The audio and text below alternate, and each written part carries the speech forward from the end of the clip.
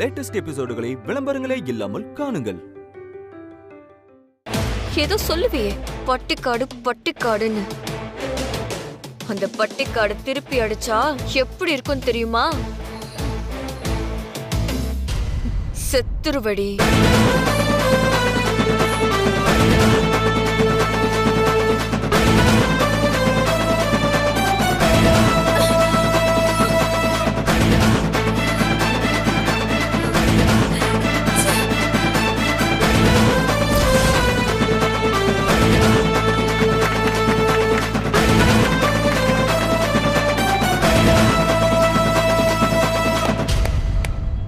Super Anbarasi, என்ன ஒரு strength உனக்கு, சான்ஸே இல்ல. கபடி சூப்பரா விளையாடுற. உனக்கு கபடி எக்ஸ்பீரியன்ஸ் முன்னாடியே இருக்கா? அன்பரசியோட ஸ்டாமினா, ஃபோக்கஸ் இதெல்லாம் பிரமாதமா இருக்கு. நீங்க எல்லாரும் அன்பரசியை பார்த்து கத்துக்கணும்.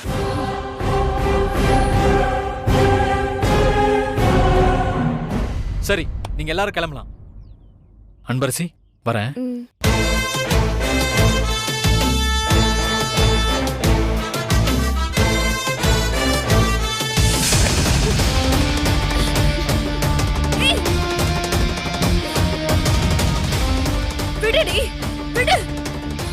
இன்னொரு வாட்டி என் வழிக்கு வராதுன்னு இப்போதானே சொன்ன. அடங்கவே மாட்டியா நீ?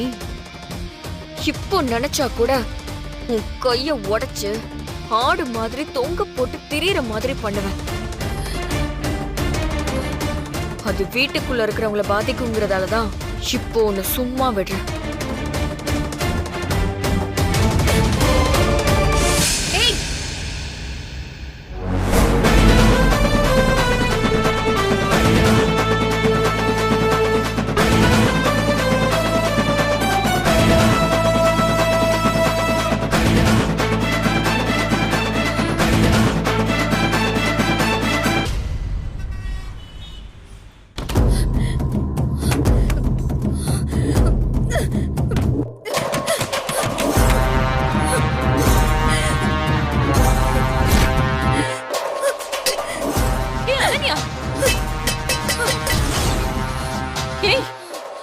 என்னடி பண்ணிட்டு இருக்க?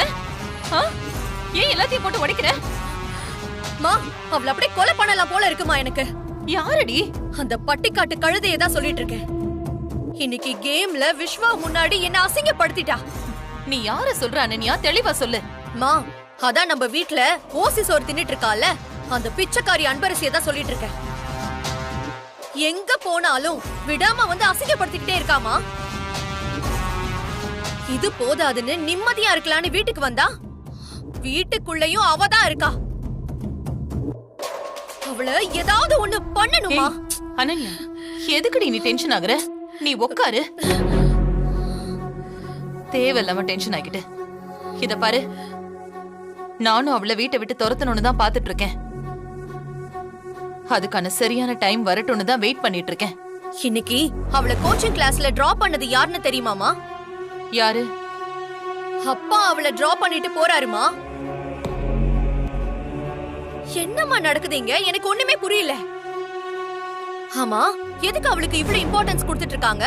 அவ உங்க அப்பாவையும் அந்த கிழவியையும் ஏதோ வசியம் பண்ணி வச்ச மாதிரி வச்சிருக்கா. அவளை பார்த்தாலே எனக்கு ஆத்திரமா வருதுமா.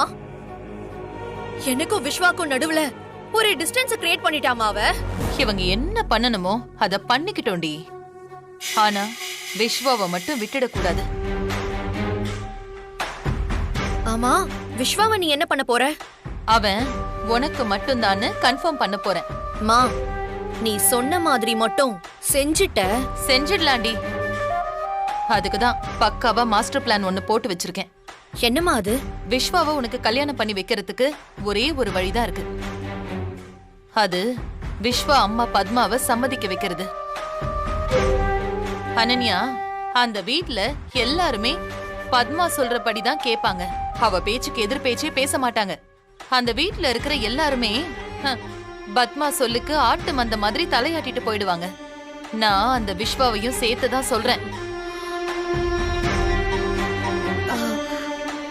ஆமா அம்மா, இப்படி இருக்கிற பத்மா ஆண்டிய எப்படிமா சம்மதிக்க வைக்க முடியும்? அதுக்கு என்கிட்ட ஒரு ஐடியா இருக்கு. விஸ்வாவுக்கு ஒரு தங்கச்சி இருக்கா. மா, என்னம்மா ஸ்டார்டிங்கே இப்படி சொதப்பிட்டு இருக்க? விஸ்வாக்கு ஏதுமா தங்கச்சி? இருக்காடி. ஆனா அவ கூட பிறந்த தங்கச்சி கிடையாது. பத்மாவோட தங்கச்சி பொண்ணா. அந்த பொண்ணுக்கு அப்பா அம்மா இல்ல. பத்மா தான் அவளை பெங்களூர் காலேஜ்ல படிக்க வச்சிட்டு இருக்கா. பத்மாவுக்கு அந்த பொண்ணு மேல பாசம் அதிகம். அதனால தான் பொண்ணு மாதிரி அவளை பாத்துக்கிறா. அந்த பொண்ணை வச்சுதான் விஸ்வா விஷயத்த பத்மா கிட்ட மூவ் பண்ணலான்னு இருக்கேன். சரிம்மா, அந்த பொண்ணை வச்சு என்ன செய்ய போற நீ? பண்றேன் பாரு.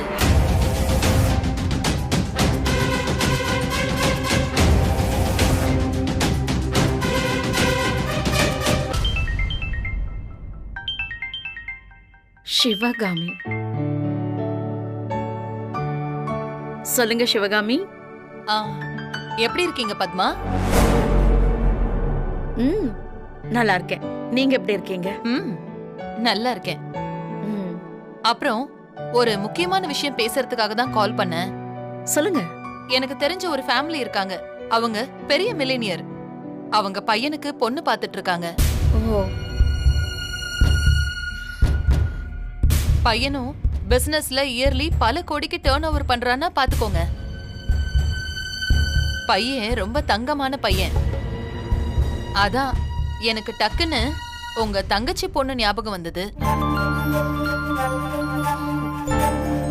ஒரு ஃபங்க்ஷன்ல மீட் பண்ணப்போ நீங்க சொல்லியிருந்தீங்கல்ல, அதான் உங்ககிட்ட ஒரு வார்த்தை கேட்கலான்னு கால் பண்ணேன். தேங்க்ஸ் சிவகாமி, ஞாபகம் வச்சு எனக்கு கால் பண்ணதுக்கு. நல்ல பையன் வேற சொல்றீங்க. ஏன் ஸ்டேட்டஸ்க்கு தகுந்த மாதிரி இருந்தா பண்ணிடலாமே. யூனோ சிவகாமி, அவளை என் தங்கச்சி பொண்ணா என்னைக்குமே நினைச்சு வளர்த்தது கிடையாது. அவளை என் சொந்த பொண்ணா தான் நான் நினைச்சு வளர்த்துட்டு இருக்கேன். இன்ஃபேக்ட் எனக்கு ஒரு பொண்ணு இருந்தா அவளுக்கு நான் எப்படி செய்வேனோ அவளை விட அதிகமா இவளுக்கு செய்யலான்னு நினைக்கிறேன். பட் வரன் நல்ல வரனா இருக்கணும், என் ஸ்டேட்டஸ்க்கு தகுந்த மாதிரி இருக்கணும். நல்ல வரங்கிறதுனாலதான் உங்களுக்கு யோசிக்காம கால் பண்ணேன். அப்ப உடனே வர சொல்லுங்க. இன்னைக்கு ஈவினிங் வர சொல்லிடுவா? இன்னைக்கு ஈவினிங் வா. ஏங்க, நல்ல விஷயத்தை எதுக்கு தள்ளி போடணும்? நீங்க சொல்றதும் சரியாதான் இருக்கு. சரி, ஓகே, வர சொல்லுங்க. சரிங்க, வச்சிடுறேன்.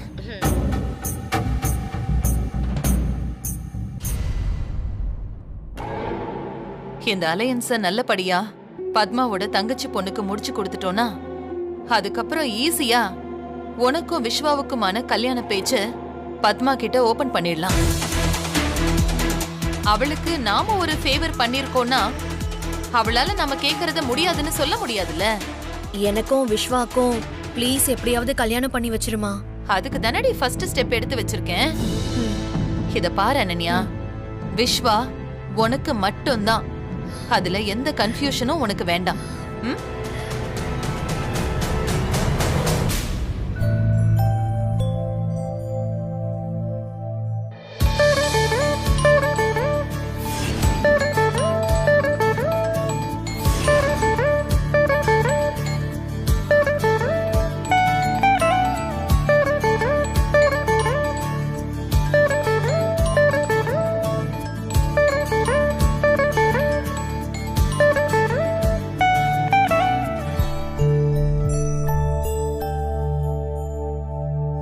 சொல்லுங்கம்மா.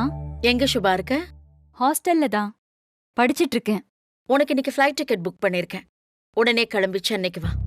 என்னம்மா திடீர்னு? காலேஜ் இருக்கு. இனிமே நீ அங்க காலேஜுக்கு போக வேண்டிய அவசியம் இருக்காது. சென்னையிலேயே படிக்கலாம். ஒன்னு பண்றேன், உங்க கரஸ்பாண்டன்ட் கிட்ட பேசி டிசியை போஸ்ட் பண்ண சொல்லிடுறேன். என்னம்மா திடீர்னு இப்படி ஒரு டெசிஷன்? பெரியம்மா எது செஞ்சாலும் உன் எதிர்காலத்தை யோசிச்சுதான் செய்வேன்னு உனக்கு தெரியும்ல. இன்னைக்கு ஈவினிங் உன்னை பொண்ணு பார்க்க வராங்க.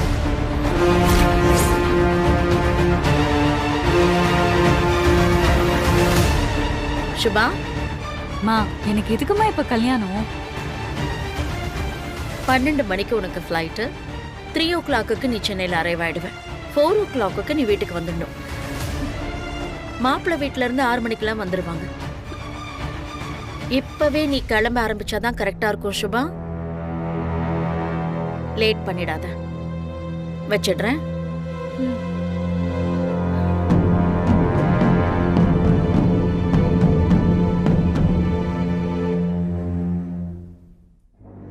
கௌசல்யா வரேன். அத்தை, சுபாஷினி இன்னைக்கு அலைன்ஸ் பார்க்க வராங்க.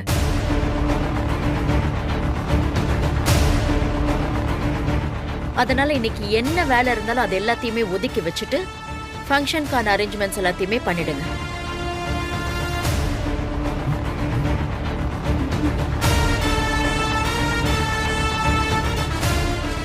என்ன நான் சொன்னது காதுல விழுந்துச்சா?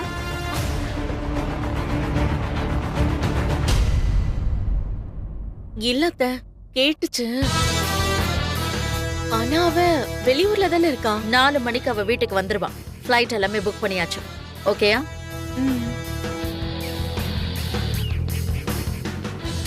ஒருத்தர் மூஞ்சிய பார்த்துட்டு நிக்காம போய் என்னென்ன வேலை இருக்கோ அதெல்லாம் போய் பாருங்க. சரிங்க அத்தை.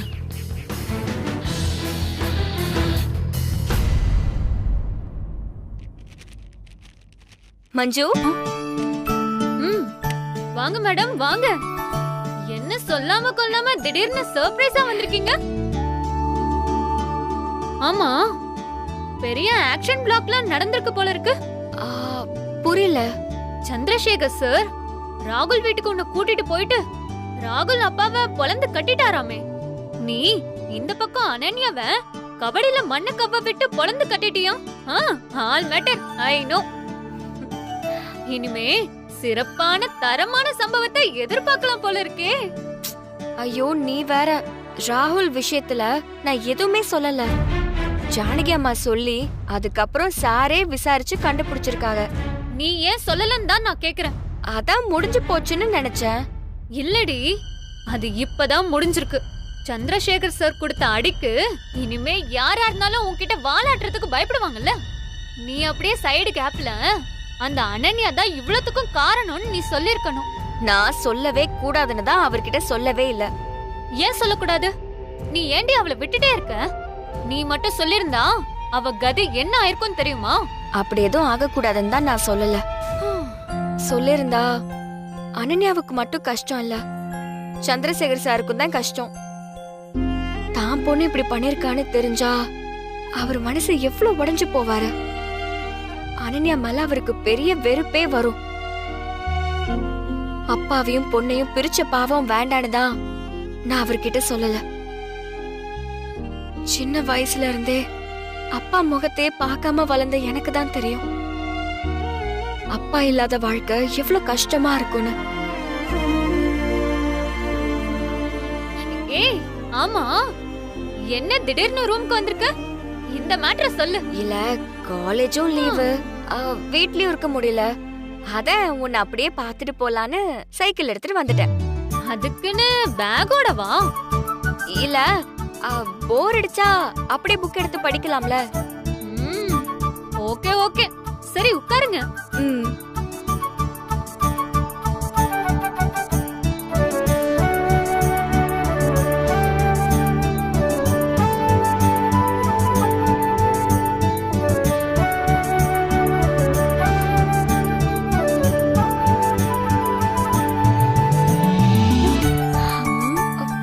ஏய், ஏண்டி நான் அப்படி பாக்குற?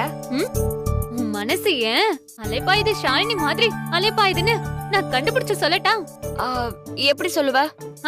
அதுக்கெல்லாம் கைவசம் நிறைய இருக்கு. அப்படி என்ன இருக்கு? முதல்ல உன் கைய குடு. எதுக்கு? கைய பார்த்து தானே கண்டுபிடிக்க முடியும். இங்க பாரு, கைய மட்டும் பார்த்துட்டு ஏதாவது உளறிட்டு இருக்காத. நான் உளறேனா இல்ல உண்மைய புட்டு புட்டு வைக்கிறேன் நானு இப்ப தெரியும். கைய காட்டு.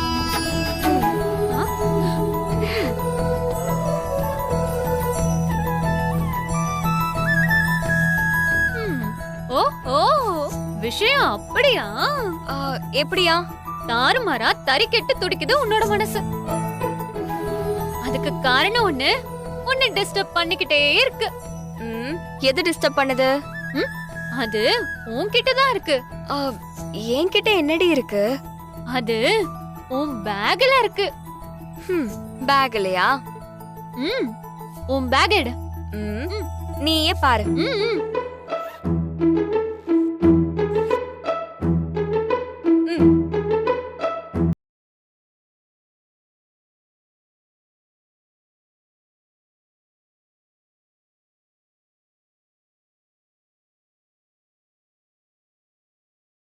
கிட்டே இருக்கு கரெக்டா?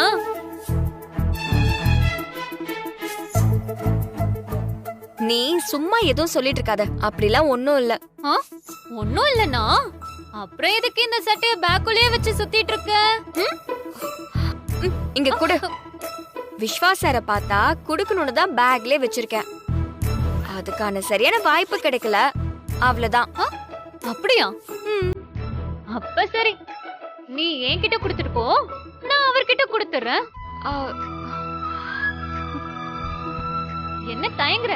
நான் சட்டையை கொடுத்துக்கிறேமா? குடு. இல்ல, நான் கொடுத்துட்டு ஒரு தேங்க்ஸ் சொல்லணும், அதான். தேங்க்ஸ விட நீ முதல்ல அவரை பார்த்து சாரி சொல்லணும். நீ அவரை தப்பா நினைச்சிட்டியோன்னு நினைச்சு அவர் இன்னும் ஃபீல் பண்ணிக்கிட்டே தான் இருப்பாரு. இன்னைக்கு அவரும் வீட்ல தான் இருப்பாரு. போய் சட்டையை கொடுத்துட்டு ஒரு மன்னிப்பையும் கேட்டுட்டு வந்துடலாமா? என்னது, வீட்டுக்கா? ஏன் வீட்டுக்கெல்லாம் நீ வரமாட்டியா? அப்ப சட்டையை கொடு, நான் போய் கொடுத்துட்டு வந்துடுறேன். இந்த சாரி தேங்க்ஸ் எல்லாம் நீ இன்னொரு நாள் சொல்லிக்கிறியா? மேடம், உங்க மனசுக்குள்ள என்ன நினைக்கிறீங்கன்னு தெரியுது. வாங்க போவோம். ஏய், என்ன யோசிச்சுட்டே இருக்க? வா வா, சார் வீட்டுக்கு போயிட்டு வரும்போது அங்க ஒரு பானிபூரி கடை இருக்கு. ஒரு 10-15 வாங்கி மொக்கிட்டு வந்துடலாம். ஐயோ, நீ ஒருத்தி சாப்பிடுறதுல இரு. வர்றதுக்கு யோசிச்ச மாதிரி நடிச்சா இப்ப நம்மள விட்டுட்டு முன்னாடி போறாளே. எம்மா அத்தலட்டு, இருமா, உன்னோட வேகத்துக்கு என்னால வர முடியாது. இரு.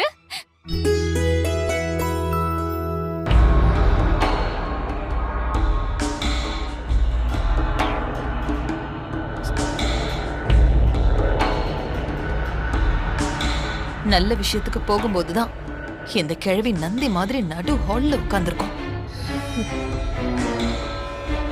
எங்க போறதா இருந்தாலும் இது கிட்ட சொல்லாம போக முடியாது. எல்லாம் நம்ம தலை எழுத்து. வா.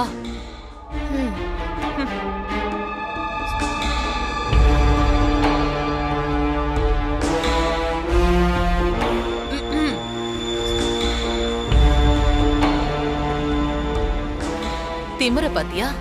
வேணும்னே கேட்காத மாதிரி கிழவி உட்கார்ந்திருக்க.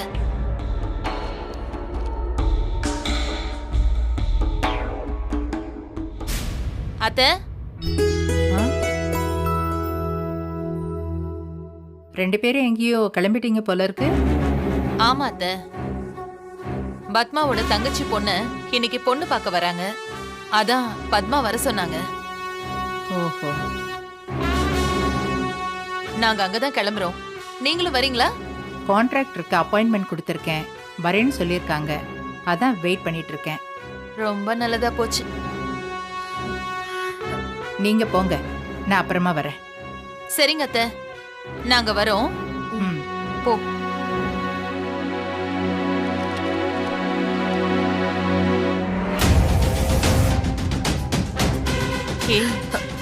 எங்க கிழவியும் கூட வரேன்னு சொல்லிடுமோன்னு பயந்துட்டேன். நல்ல வேளை அதுவே வரலன்னு சொல்லிடுச்சு. சரி சரி, வா போவோம்.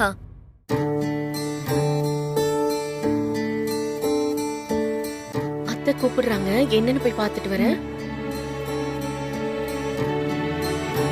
எல்லாம் கரெக்டா நடந்தா ஓகே தான். பேசாம நான் சொன்ன மாதிரி பண்ணிடுங்க. ப்ரிப்பேர் ஆருங்க. சரி, எல்லாத்தையும் பேசி முடிச்சிட்டு என்ன மறுபடியும் கூப்பிடுங்க. Okay, thanks. சொல்லுங்க அத்தை. மாப்பிள்ளை வீட்டுக்காரங்க நம்ம அளவுக்கு பெரிய இடம். எல்லா அரேஞ்ச்மெண்ட்ஸும் கரெக்டா பண்ணிருக்கியா இல்லையா? எல்லாம் கரெக்டா தான் இருக்கும் அத்தை. கரெக்டா இருக்குமா இல்லையா? இல்ல அத்தை, எல்லாமே கரெக்டா இருக்கு அத்தை. இருக்கணும். சரிங்க அத்தை. கௌசல்யா. அத்தை. சுபா ரெடியா? சுபா ரெடியா தான் அத்தை இருப்பான். இதுக்கே இவ்ளோ யோசனை? இல்லத்த, அவ ரெடியா தான் இருக்கா. ரெடி ஆயிட்டா. சீக்கிரம் போய் அவளை ரெடி பண்ணுமா.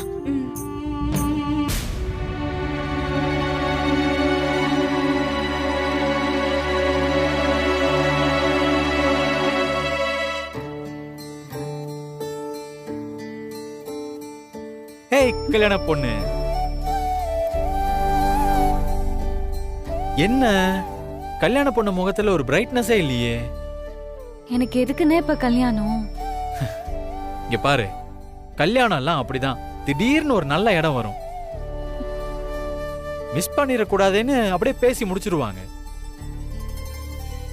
மாப்பிளைய பத்தி அம்மா நல்லா விசாரிச்சிருக்காங்க. ரொம்ப நல்ல மாப்பிள்ளையா. அதான் உடனே அம்மா ஏற்பாடு பண்ணிட்டாங்க. அண்ணே, நான் படிச்சிட்டு இருக்கேன். எனக்குன்னு நிறைய ஆசை இருக்கு, கனவு இருக்கு. இப்படி திடீர்னு ஏன்னா அம்மா எனக்கு கல்யாணம் பண்ணி வைக்கணும்னு நினைக்கிறாங்க? நீ அது போய் அம்மா கிட்ட பேசுன. எனக்கு இப்ப கல்யாணம் வேண்டான்னு சொல்லுன.